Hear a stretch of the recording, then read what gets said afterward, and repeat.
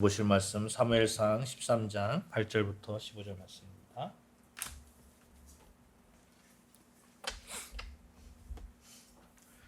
사무엘상 13장 8절부터 15절 말씀까지 한 목소리로 합독하도록 하겠습니다. 사울은 사무엘이 정한 기한대로 이레 동안을 기다렸으나 사무엘이 길갈로 오지 아니하매 백성이 사울에게서 흩어지는지라. 사울이 이르되 번제와 화목 제물을 이리로 가져오라 하여 번제를 드렸더니 번제 드리기를 마치자 사무엘이 온지라. 사울이 나가 맞으며 문안하매 사무엘이 이르되 왕이 행하신 것이 무엇이냐 하니 사울이 이르되 백성은 내게서 흩어지고 당신은 정한 날 안에 오지 아니하고 블레셋 사람은 믹마스에 모였음을 내가 보았으므로 이에 내가 이르기를 블레셋 사람들이 나를 치러 길갈로 내려오겠다 오늘 내가 여호와께 은혜를 간구하지 못하였다 하고 부득이하여 번제를 드렸나이다 하니라. 사무엘이 사울에게 이르되 왕이 망령되이 행하였도다. 왕이 왕의 하나님 여호와께서 왕에게 내리신 명령을 지키지 아니하였도다. 그리하였더라면 여호와께서 이스라엘 위에 왕의 나라를 영원히 세우셨을 것이거늘 지금은 왕의 나라가 길지 못할 것이라. 여호와께서 왕에게 명령하신 바를 왕이 지키지 아니하였으므로 여호와께서 그의 마음에 맞는 사람을 구하여 여호와께서 그를 그의 백성의 지도자로 삼으셨느니라 하고 사무엘이 일어나 길갈에서 떠나 베냐민 기브아로 올라가니라. 아멘. 아침 저녁으로 굉장히 선선한 가을바람이 우리를 상쾌하게 합니다. 완전히 더위가 가신 것은 아니지만 그래도 한여름 찜통은 없죠. 이제 본격적으로 가을을 맞이할 것인데 이 가을에 청명한 가을 하늘처럼 여러분의 삶이 청명하고 시원한 삶이 되시기를 주님의 이름으로 축원합니다. 아멘. 한여름 찜통더위에 이 더위가 언제 갈 것인가 참 더디게만 느껴졌습니다. 근데 역시 때가 되니까 더위는 물러갔습니다. 여러분, 우리 삶의 찜통더위 같은 그런 답답함, 또 불안함, 이런 것들도 때가 되면, 하나님의 때가 되면 자연스럽게 하나님께서 떠나 보내주시라고 믿습니다. 이 믿음 가운데 어떠한 일들 앞에서도 좀 당당하고 또 신앙인의 기본과 품위를 지켜나가시는 여러분과 제가 되기를 바랍니다. 그 신앙인의 기본, 신앙인의 품위, 그것은 하나님의 명령에 순종하고 또 하나님이 나의 왕 되심을 기억하고 또 여호와 하나님을 잘 섬기는 그러한 모습, 그러한 행위가 될 것입니다. 사무엘상 12장 20절 말씀에 이렇게 한 문장으로 정의를 합니다. 오직 너희의 마음을 다하여 여호와를 섬기라. 어떻게 하라고요? 너희의 마음을 다하여 여호와를 섬기라고 합니다. 여호와를 섬기라는 것이 그냥 여호와를 섬겨라, 여호와를 알라는 것이 아니라 마음을 다하라 합니다. 여기서 마음을 다한다라는 거기에는 충성이라는 의미가 포함되어 있습니다. 마음으로 번역된 레바브라는 단어가 마음, 어떤 특성, 충성의 의미를 가져서 인간의 내적이고 비물질적인 본성의 총체를 가리킵니다. 그러니까 레바브는 인간의 내적 성향 전체를 가리키면서 특히 여호와 하나님을 향한 충성심, 그 충성심을 가리키는 거예요. 여러분, 충성심이라고 말 때 국어사전에서는 이렇게 정의합니다. 임금이나 나라에 대해서 우러나는 정성스러운 마음. 사랑하는 여러분, 하나님을 여러분의 임금으로 모시고 계십니까? 아멘. 그렇다면 여러분, 우리는 하나님에 대한 충성심을 가져야 됩니다. 충성심. 우리 삶의 주인됨을 믿고 우리 삶 속에서 깊숙이 개입하시면서 우리를 책임져 주시는 나의 임금, 나의 하나님, 그 하나님에 대한 그 하나님께서 명하신 그 명령에 순종하면서 충성하는 그 충성심을 보일 때에 왕 되신 나의 하나님을 우리가 잘 섬기게 되는 것이죠. 왕이신 나의 하나님, 내가 주를 높이고 영원히 주의 이름을 송축하리이다.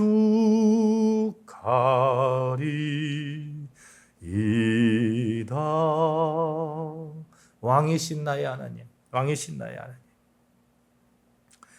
이 사람들에게 이스라엘 최고의 왕이었다고 평가받았던 다윗이 있잖아요. 다윗이 이렇게 고백합니다. 시편 145편 1편에 왕이신 나의 하나님이여 내가 주를 높이고 영원히 주의 이름을 송축하리이다. 사람들은 자기를 왕이라고 하는데 자기는 또 다른 왕이 있다는 거예요. 그 왕, 여호와 하나님, 하나님이여 내가 주를 높입니다. 나의 왕은 하나님입니다. 이것이 신앙인의 기본 마음가짐 아니겠습니까? 이것이 성공할 수 있는 그런 그 비결, 정말 하나님의 명령에 순종하면서 그 명령대로 우리가 행하면, 왕께서 명령하신 거 잘 지키면 그러면 우리가 성공하는 거 아니겠습니까? 이것을 실패하면 인생이 또한 실패로 끝날 수밖에 없습니다. 오늘 대표적으로 하나님을 알면서도, 하나님을 믿는다고 하면서도 하나님을 향한 기본을 잘 지키지 못해서 실패했던 한 사람이 나옵니다. 그 사람이 사울이라는 사람이에요. 그러니까 왕을 섬긴다면 왕의 명령에 복종하는 것은 기본 중에 기본 아니에요. 그렇죠? 그런데 이 사울은 그렇게 하지 않았던 것이죠. 기본을 지키지 못했습니다. 오늘 본문의 배경을 좀 살펴볼 필요가 있어요. 오늘 본문이 있는 당시에 이스라엘은 블레셋의 영향력에 있었습니다. 그러니까 오늘날도 그런 예를 찾아볼 수 있죠. 북한, 한국 할 것 없이 주변국들의 영향에 아주 그 영향을 굉장히 많이 받습니다. 북한은 중국에, 한국은 어디에 영향받습니까? 미국의 영향을 받죠. 그 비중의 크고 작음이 차이가 있을 뿐이지 모두 하나같이 그렇게 국력이 다른 나라에 비하면 조금 이렇게 좀 약하다고 느껴지니까 영향을 받을 수밖에 없습니다. 사이즈가 다르니까요. 미국 경제가 흔들리면 세계 경제가 흔들립니다. 그렇죠? 특히 수출로 먹고 사는 우리나라는 더 크게 흔들리기 마련이에요. 주식 보면 미국 주식이 확 떨어지잖아요. 그러면 한국 주식은 막 배로 떨어져요. 그냥 막 완창 떨어지는 거죠. 이러한 이유 때문에 국력이 좀 있다고 생각하는 나라들은 그것을 10분 활용하려고 합니다. 중국한테 우리가 수출을 했잖아요. 수출하면서 중국으로 수출해서 굉장히 이렇게 우리나라가 경제적으로 호황기에 있었는데 그때 사드 사태가 있었단 말이죠. 사드 사태가 있으니까 중국이 우리나라에 어떻게 했습니까? 경제 보복을 했어요. 그래가지고 뭐 중국 사람들 우리 한국에 오지도 않고 관광지가 그냥 완전히 그냥 그 중국인들을 북적북적하다가 한 사람도 없으니까 문을 닫는 그런 가게들이 넘쳐났던 거죠.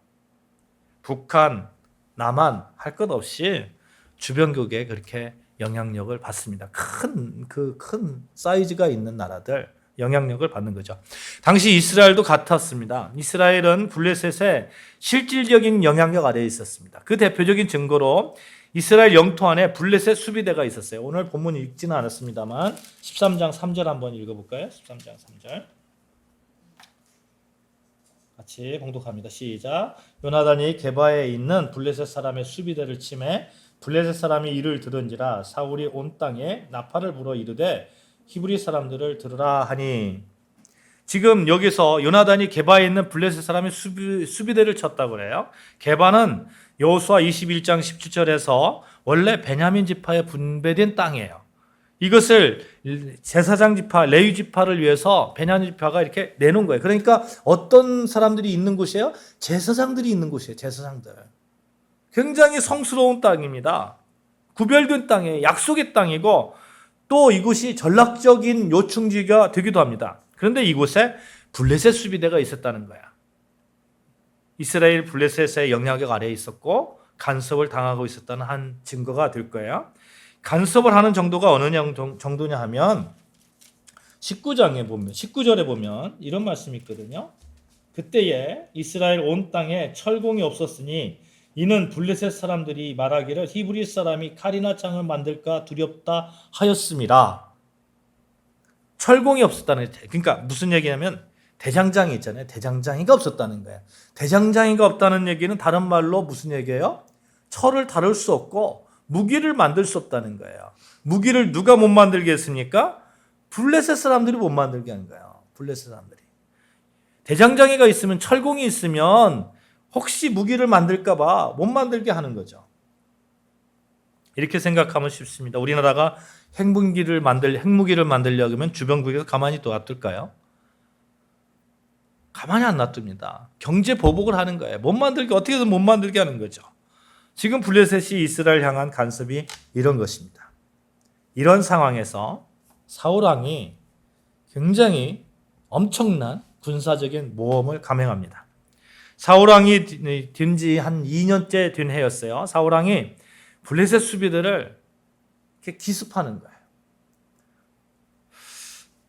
3절을 다시 보면 요나단이 게바에 있는 블레셋 사람의 수비대를 침해, 이렇게 말씀하거든요. 5절에 보면 블레셋 사람들이 이스라엘과 싸우려고 모였는데 병거가 3만이요 마병이 6,000명이요 백성은 해변에 모래같이 많더라. 그들이 올라와 뭐라고 말합니까?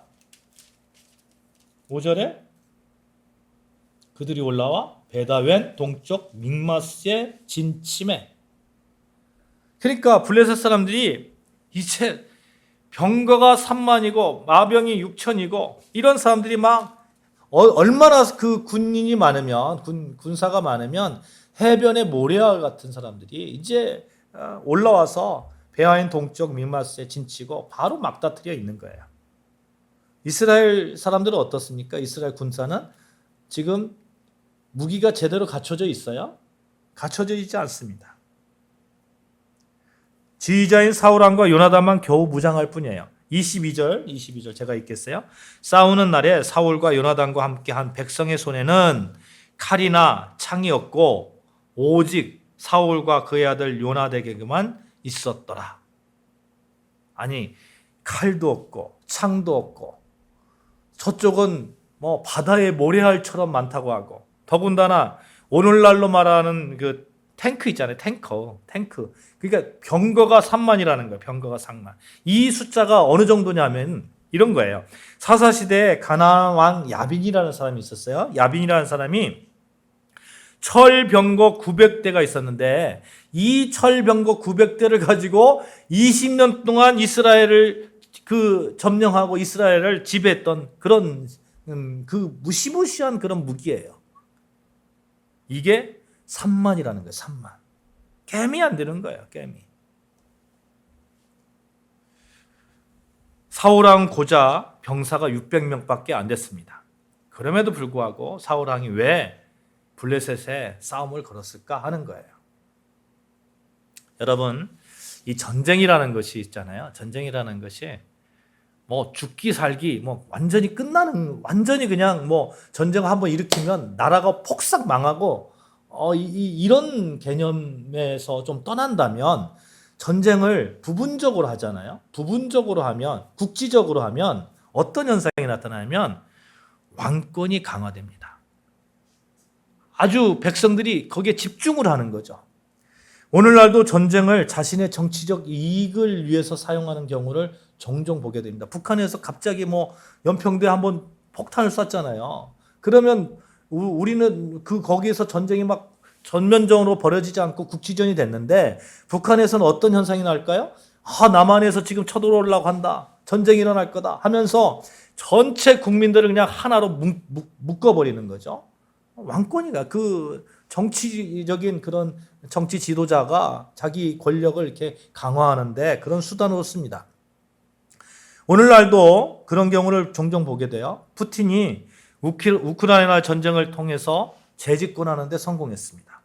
이스라엘의 네타냐후 있잖아요. 이 사람이 부패로 인해서 정치적 생명이 오늘 내일 했던 그런 상황이었어요. 이런 상황 속에서 울고 싶은 사람에게 뺨 때리듯이 팔레스타인 하마스가 이스라엘 침범하니까 막 이걸 가지고 하마스의 전쟁을 통해서 완전히 쑥대밭 만들잖아요. 지금 사울왕이 이런 거예요. 블레셋과의 전쟁을 통해서 자신의 왕권을 더욱 강화하려고 한 거죠. 사무엘상 11장에 보면 사울이 암몬 사람들을 물리침으로 인해서 실질적으로 왕으로 인정받는 그런 이야기가 나오거든요. 사울은 이런 경험을 한 거죠. 이런 경험을 했기 때문에 이제 이 블레셋 이 수비대를 침으로 인해서 2년차 왕의 2년차 된 그 왕권을 좀 더 강화하고 백성들을 하나로 이렇게 모이려고 한 거죠.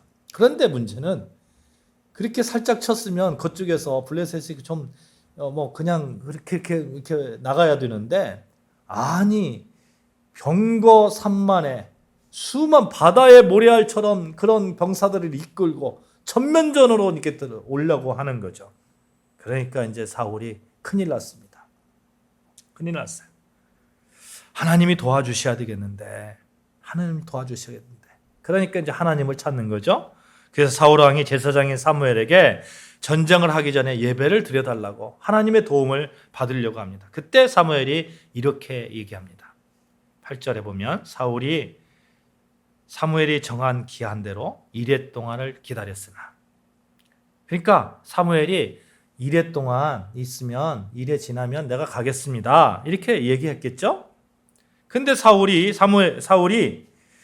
이 이레가 지났는데 기다리는 것이 아닌 거예요. 기다리지 않는 거예요. 기다려도 사무엘이 오지 않으니까 이거 어떻게 하지 하다가 일을 벌이는 거죠.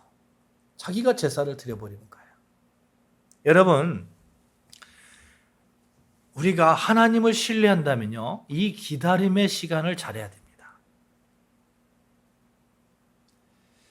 사울왕은 그 이래가 너무 길게만 느껴졌을 거예요. 이러다가 큰일 나겠다, 망하겠다, 빨리 어떻게 뭐라도 해야겠다, 불안한 생각들이 그를 지배했을 겁니다. 여러분, 우리 인생살이는 어떻게 보면 기다림의 시간, 이 기다림의 시간 가운데 사울왕이 가졌던 그러한 마음을 똑같이 갖습니다. 이러다 큰일 나는 거 아니야? 이러다 망하는 거 아니야? 불안한 생각들이 자꾸 지배를 하는 거죠. 이럴 때 잠잠히 하나님이 나의 왕 되심을 믿고 하나님을 신뢰하면서 기다림의 시간을 잘 가져야 됩니다. 혹시 내 예배는 잘 드려지고 있는가? 혹시 내 기도 생활은 잘 하고 있는가? 점검을 하면서 잘 기다려야 됩니다. 근데 이 사울은 그것에 실패했던 거죠. 9절에 보시면 사울이 이르되 번제와 화목제물을 이루 가져오라 하여 번제를 드렸더니, 사울왕은 이레라는 그런 평가에 실패한 겁니다. 막 제사를 끝나자마자 제사장 사무엘이 현장에 도착했어요. 왜 제사가 끝나자마자 오냐고요. 제사가. 사무엘이 묻습니다. 왕이 행하신 것이 무엇입니까? 그러니까 사울이 이렇게 답변을 합니다. 지금은 내가 너무너무 불안해가지고, 저쪽은 정말 언제 칠지 모르고 백성들은 흩어지고, 그러니 내가 제사를 드렸습니다. 당신은 오지 않았지 않습니까? 이래가 지났는지 오지 않았지 않습니까? 그때 사무엘이 이렇게 책망을 하죠. 너 이제 끝났어. 이제 하나님 너 같은 사람 이제 버리실 거야. 막 화를 냅니다. 사랑하는 여러분, 왜 이 사무엘이 막 화를 냈을까요? 자기가 해야 할 일을 왕이 빼앗아 가서 그랬을까요?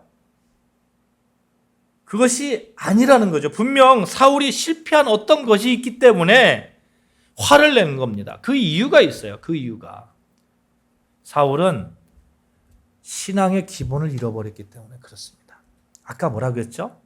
우리가 왕 되신 하나님을 믿는다면, 신뢰한다면, 왕은 되신 여호와 하나님을 나의 왕으로 우리가 섬긴다고 우리가 고백한다면 하나님의 명령에 어떻게 해야 된다고요? 절대적으로 순종해야 된다고요. 절대적으로. 말씀에 순종해야 됩니다.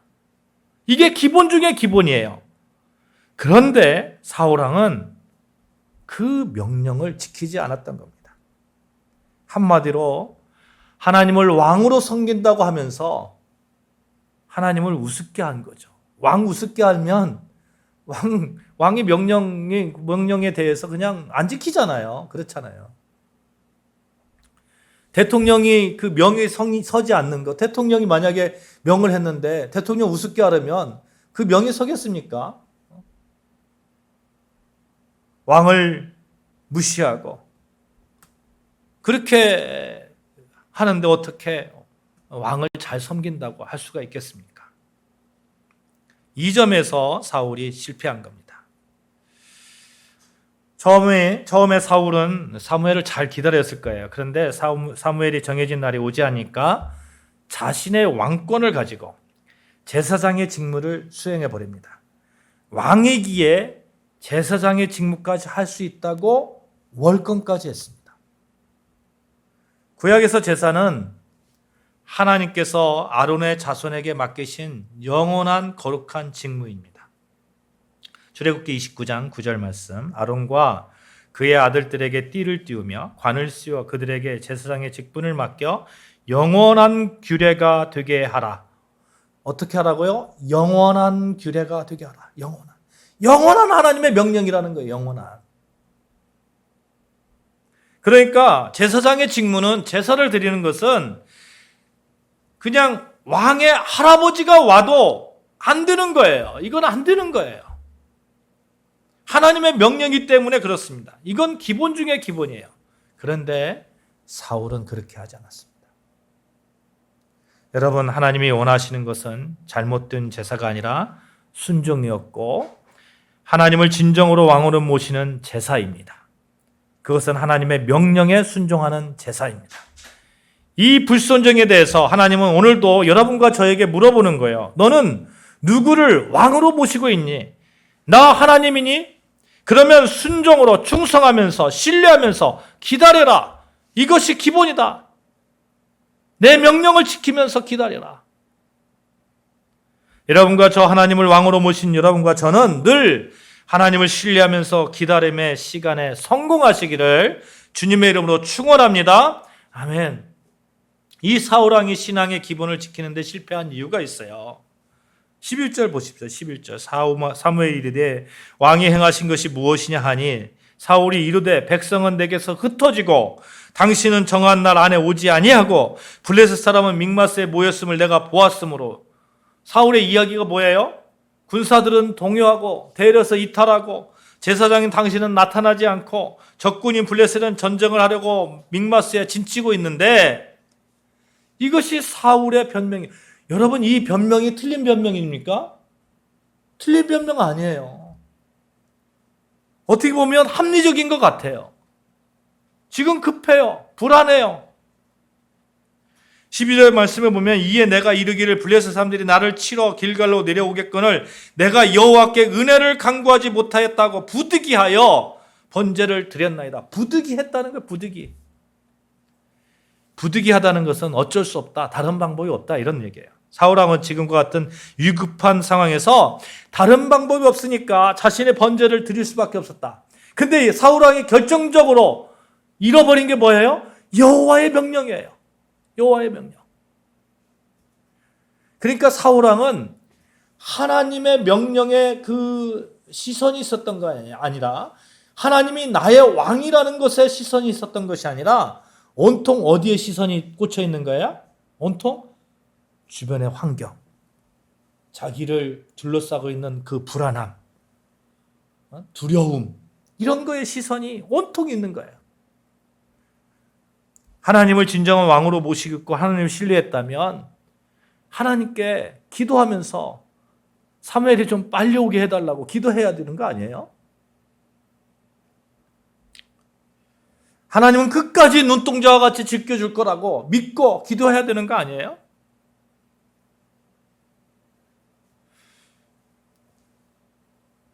이 사울은 하나님의 인도하심을 신뢰하지 않았고 하나님을 자기를 보호해 주시는 왕이심을 믿지 않았습니다. 또한 순종하지도 않았습니다. 온통 불안뿐이었어요.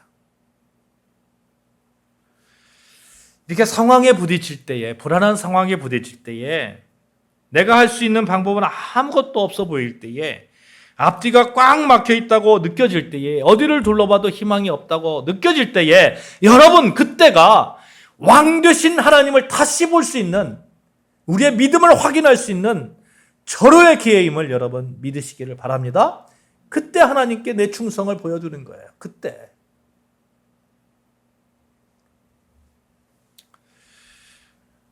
삶의 불안이 올 때에 감사 생활을 하지 못하고, 삶의 불안이 올 때에 나만의 이득을 취하고, 삶의 불안 때문에 결국에는 하나님을 신뢰하지 못하고 왕 되신 하나님을 왕으로 모시지 못한다면, 그러면 지금까지 믿어온 나의 믿음은 뭐가 되는가 하는 거예요. 여러분, 우리의 삶의 굴곡이 있어요. 어떤 때는 사망의 음침한 골짜기도 있고, 어떤 때는 참 기쁜 그런 시기를 다닐 때도 있습니다. 근데 사망의 음침한 골짜기, 그 불안한 상황, 그 어려움 가운데 그때 갈 때마다 여호와 하나님을 잊어버린다면, 그 참 무슨 우리 신앙에 하나님 앞에 설 때에 무슨 낯으로 설 수가 있겠습니까? 오죽했으면 사무엘이 왕에게 왕이 망령되이 행했다 이렇게 말합니다. 왕에게 당신 망령됐어. 당신 미쳤어. 한마디로. 당신 바보야. 무엇이 중요한데? 이런 말 있잖아요. 무엇이 중요한데? 무엇이 중요한데? 중요한 것이 무엇인지. 이 불안한 마음이 들면요, 중요한 것이 무엇인지 잃어버릴 때가 참 많이 있잖아요. 그래서 여러분, 불안한 상황이 올 때에 불안한 상황을 보지 말고 왕 되신 하나님을 신뢰하며 기다려라. 더욱 기본을 지켜나가자. 우리에게 주는 교훈의 말씀이라고 믿습니다. 만약 불안한 상황이 오면 그것밖에 생각 안 나거든요. 그래서 실수하기 딱 좋습니다. 동전 있잖아요. 동전 이런 동전 가지고 내가 태양이 저기 빛이 있는데 이렇게 눈앞에만 딱 갖다 놓으면 태양이 보일까요? 안 보이잖아요. 불안한 상황 순간 그것만 바라보면 하나님이 보이지 않는 거예요. 나의 왕 되신 하나님의 명령도 보이지 않고, 사울왕이 그랬던 겁니다. 사울왕이. 그래서 잘못된 판단을 하게 되고 하나님의 명령을 어겨가면서까지 번제를 드리고 그 방법밖에 없는 것처럼 생각하고. 사랑하는 여러분, 언제나 왕 되신 하나님을 신뢰하면서 신앙인의 기본을 잘 지켜나가시기를, 어떠한 불안 가운데서도 왕 되신 하나님을 신뢰하시기를 주님의 이름으로 축원합니다. 불안한 상황이 오면 여러분, 그것을 극복하는 그런 방법이 있어요. 여러분, 그 마시멜로 실험이라는 이야기가 있는데, 대학교의 심리학 연구진들이 3세, 5세 사이의 아이들이 있잖아요. 아이들 앞에다가 아이들을 데리고 마시멜로, 얼마나 맛있습니까? 이 마시멜로 접시를 두고 15분 동안 먹지 않고 기다리면, 그러면 하나를 더 주겠다고 이렇게 이야기를 한 거죠. 그러니까 관찰한 거예요. 관찰하고 그걸 먹은 친구들, 안 먹은 친구들의 이제 그 발달 과정, 14년 후에 어떻게 되는가 이렇게 추적을 했다고 합니다. 14년 후에 그 실험에 참여한 아이들의 삶을 추적 관찰해서 어린 시절 잘 참고 자기 통제를 했던 아이들이 그렇지 않은 아이들보다 성공적인 삶을 살고 있다는 결과를 발표했던 거죠. 어떻게 안 먹을 수 있었을까? 얼마나 먹고 싶었을까요? 애들이 뭐 통제력이 있어요? 3세에서 5살 사이에 아이들이 통제력이 없잖아요. 근데 10명 중에 2명은 그걸 지키더라는 거예요. 안 먹더라는 거예요. 어떻게 안 먹는가 봤더니 10명 중에 2명은 마시멜로를 쳐다보지 않더라. 여러분, 이게 시사하는 바가 크잖아요. 어려움이나 고통이나 이것들 쳐다보면 자꾸 빠져드는 거예요. 먹을까 말까 했던 아이들, 저 보면서 먹을까 말까 하는 날, 계속 보면서 안 먹어야지 하는 아이들은 다 먹었다는 거죠. 여러분, 어려운 상황이 올 때, 힘든 상황이 올 때 낙담하지 마시고 보지 마시고 보려면 하나님 보십시오. 보려면 빛 되신 하나님을 보시고 왕 되신 하나님을 보시고 이게 우리 신앙인의 모습이 아니겠습니까? 어려울 때 왕 되신 하나님을 보시고 낙담할 때 왕 되신 하나님을 보시고 기본을 지켜나가려는 결심을 새롭게 하시고 시편 42편 5편에 보면 5절에 보면 시인이 이렇게 이야기합니다. 내 영혼아 어찌하여 낙심하며 어찌하여 내 속에 불안해하는가? 너는 하나님께 소망을 두라. 누구에게 소망을 두라고요? 하나님께 소망을 두라. 그가 나타나 도우심으로 말미암아 내가 여전히 찬송하리로다. 여전히 내가 찬송할 거라고요. 어찌하여 낙심하고 어찌하여 불안해하는가? 우리 삶 가운데서 낙심할 일들 많고 불안할 일들 천지지만 그거 보지 않고 하나님 보면 우리 기본 지켜나갈 수 있다니까요.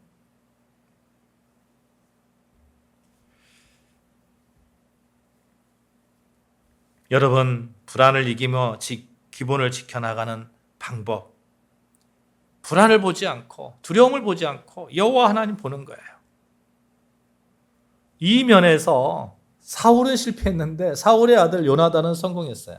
14장 6절에 보면 이런 말씀이 있거든요. 여호와의 구원은 사람이 많고 적음에 달려있지 아니하였다. 이게 누가 말한 거예요? 요나단이 말한 거예요. 요나단 성공했어요. 14장 6절 말씀 같이 읽을까요?